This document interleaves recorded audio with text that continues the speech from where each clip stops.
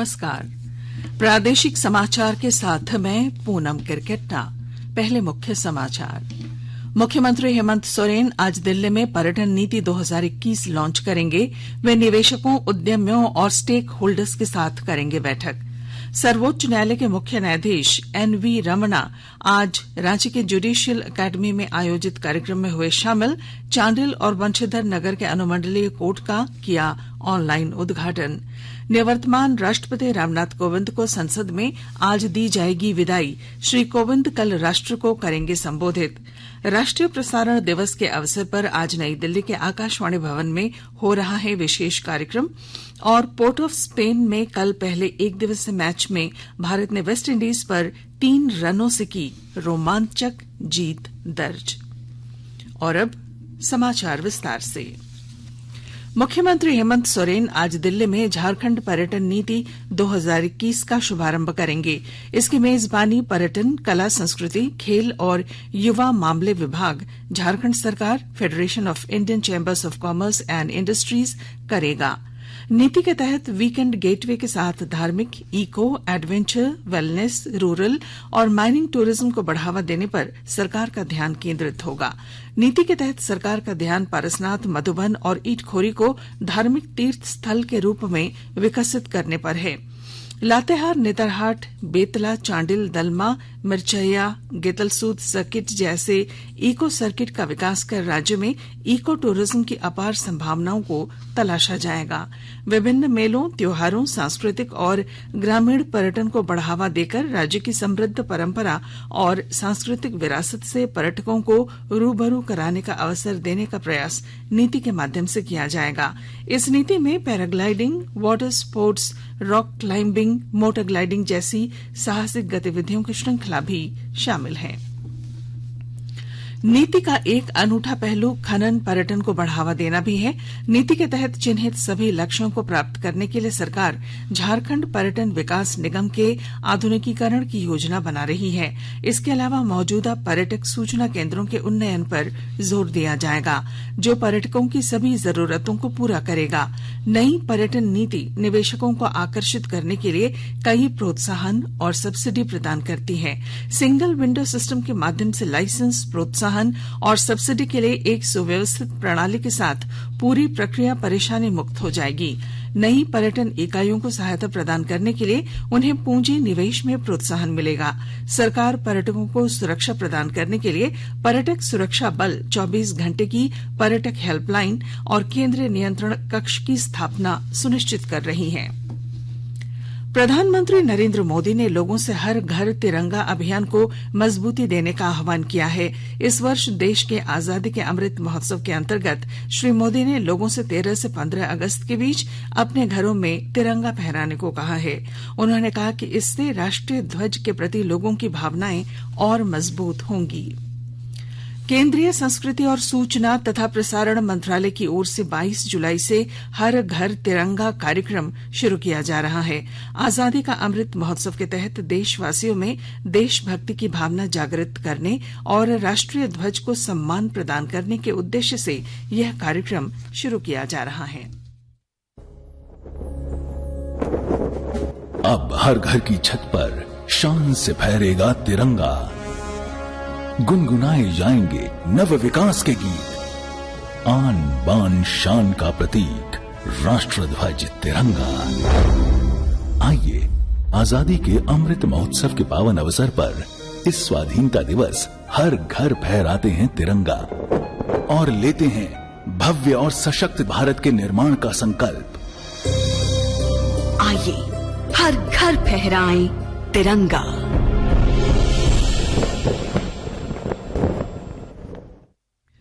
झारखंड में कोरोना के 1232 सक्रिय में सबसे अधिक रांची में 405 मामले मिले हैं। राज्य में कोरोना से पूर्वी सिंहभूम के 1 और कोडरमा से 2 मरीज की मौत हुई। इन 24 घंटों में कोरोना से 156 मरीज स्वस्थ हुए हैं। इसके विपरीत राज्य के 15 जिलों से कोरोना के 218 नए मरीज मिले। स्वास्थ्य मंत्रालय ने कहा है कि राष्ट्रव्यापी टीकाकरण अभियान के तहत विभिन्न राज्यों और केंद्र शासित प्रदेशों को अब तक 193 करोड़ 90 लाख से भी ज्यादा कोविड के टीके उपलब्ध कराए गए हैं। मंत्रालय ने बताया कि इनमें से 8 करोड़ 1 लाख से भी ज्यादा टीके अब भी उनके पास बचे हैं। देश भर में टीकाकरण अभियान के तहत लागू नई व्यवस्था के तहत केंद्र सरकार राज्यों को 75% टीके निःशुल्क उपलब्ध कराती है। 25 लाख रुपए की इनामी करुणा और 15 लाख रुपए का इनामी नक्सली पिंटू राणा को AK-47 और इंसास राइफल के साथ पुलिस ने गिरफ्तार किया है। दोनों हार्डकोर नक्सली की गिरफ्तारी बिहार झारखंड की सीमा पर स्थित जमुई जिले के खैरा थाना क्षेत्र के गिद्धेश्वर जंगल से हुई है।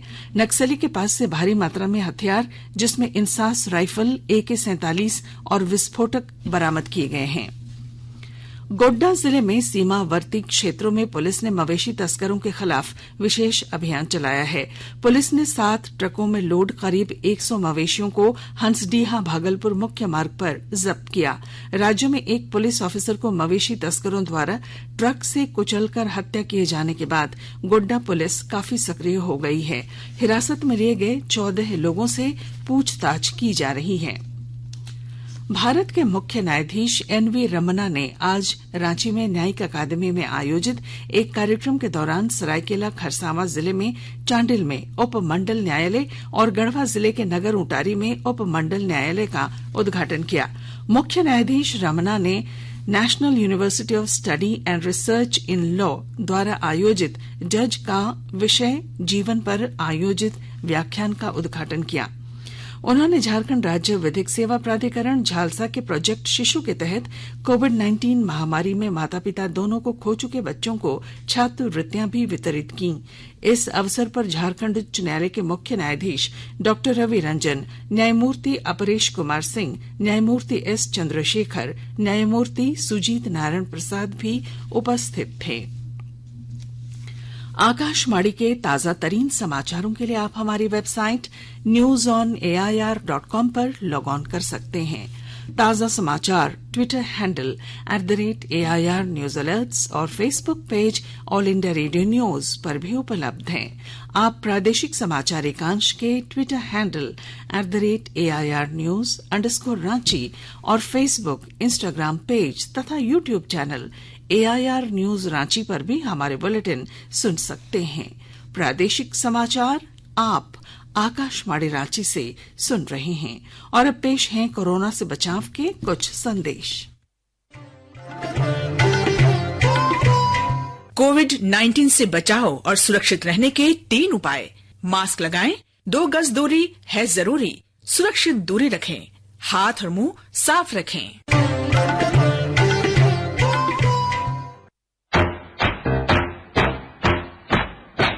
चलो मिलकर एक शुरुआत करें, चलो एक फैसला आज करें, मास्क नहीं तो टोकेंगे, कोरोना को रोकेंगे, चलो एक वादा करते हैं, चलो एक वादा करते हैं, मास्क नहीं तो टोकेंगे, कोरोना को रोकेंगे।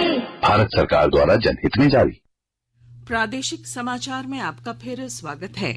निवर्तमान राष्ट्रपति रामनाथ कोविंद के सम्मान में आज शाम संसद भवन के केंद्रीय कक्ष में विदाई समारोह आयोजित किया गया है। समारोह में उपराष्ट्रपति M वेंकैया नायडू, प्रधानमंत्री नरेंद्र मोदी, लोकसभा अध्यक्ष ओम बिड़ला और केंद्रीय मंत्रियों सहित सांसद मौजूद रहेंगे। कल राष्ट्रपति कोविंद राष्ट्र को संबोधित करेंगे। इस अवसर पर अध्यक्ष सांसदों के हस्ताक्षर वाली एक पुस्तिका राष्ट्रपति को भेंट करेंगे। प्रधानमंत्री ने भी राष्ट्रपति के सम्मान में कल नई दिल्ली में रात्रि भोज का आयोजन किया था। इस अवसर पर विभिन्न पद्म पुरस्कार विजेता और कई आदिवासी नेता उपस्थित थे। पूर्वी सिंहभूम जिले के सुंदरनगर थाना अंतर्गत तालसा गांव के 40 लोग नवनिर्वाचित राष्ट्रपति द्रौपदी मुर्मू के शपथ ग्रहण समारोह में शामिल होंगे।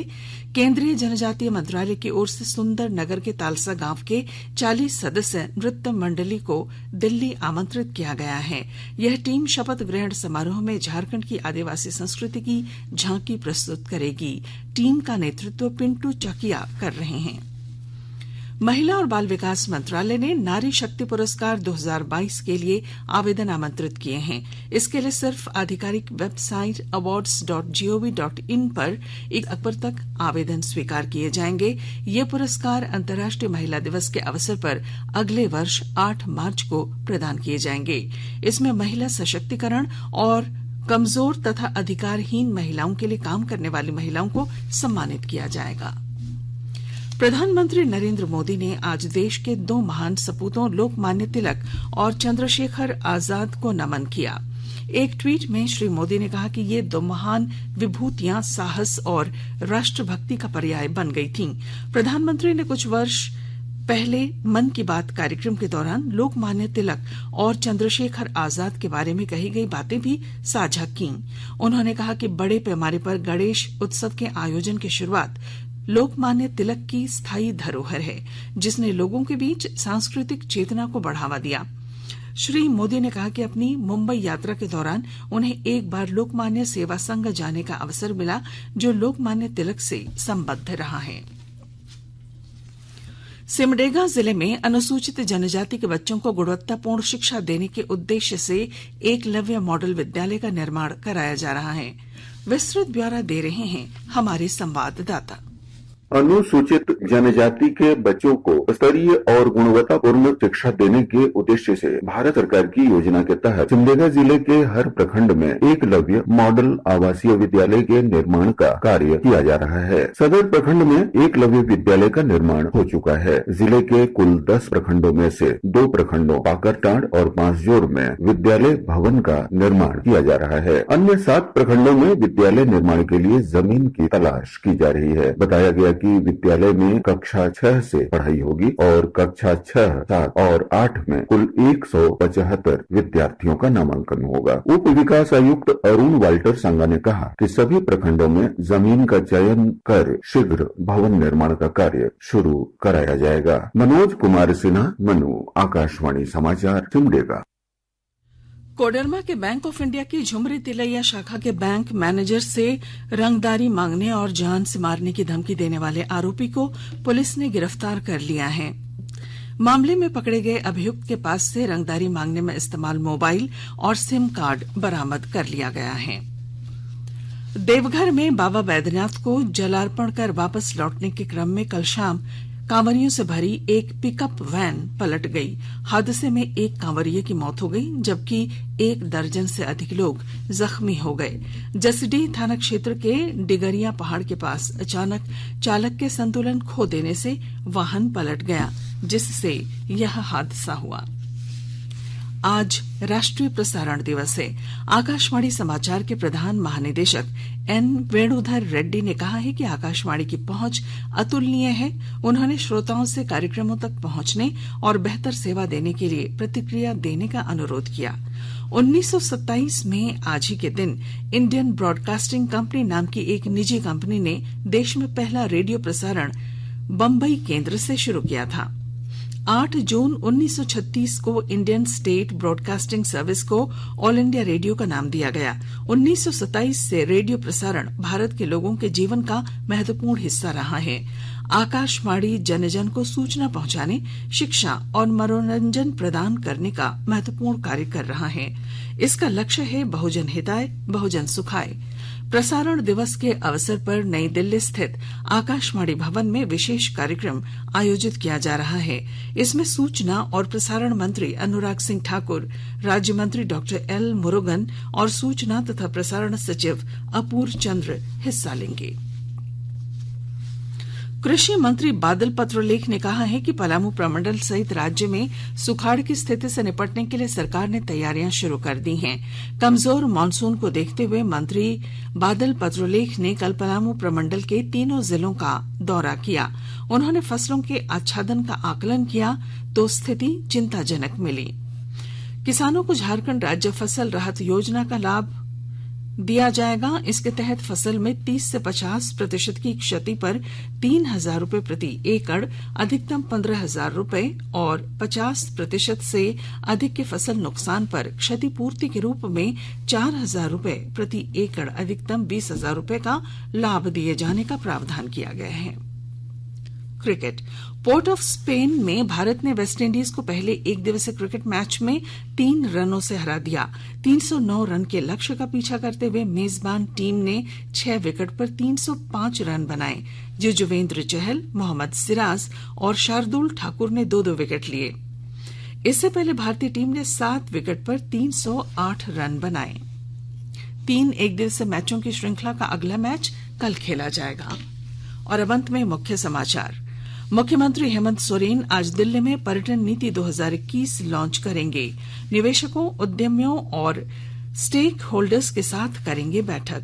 सर्वोच्च न्यायालय के मुख्य न्यायाधीश एनवी रमना आज रांची के जुडिशियल एकेडमी में आयोजित कार्यक्रम में हुए शामिल। चांडिल और बंशीधर नगर के अनुमंडलीय कोर्ट का किया ऑनलाइन उद्घाटन। निवर्तमान राष्ट्रपति रामनाथ कोविंद को संसद में आज दी जाएगी विदाई। राष्ट्रीय प्रसारण दिवस के अवसर पर आज नई दिल्ली के आकाशवाणी भवन में हो रहा है विशेष कार्यक्रम। और पोर्ट ऑफ स्पेन में कल पहले एक दिवसीय मैच में भारत ने वेस्टइंडीज पर 3 रनों से की रोमांचक जीत दर्ज। और इसके साथ ही आकाशवाणी रांची से प्रादेशिक समाचार का ये बुलेटिन समाप्त हुआ। नमस्कार।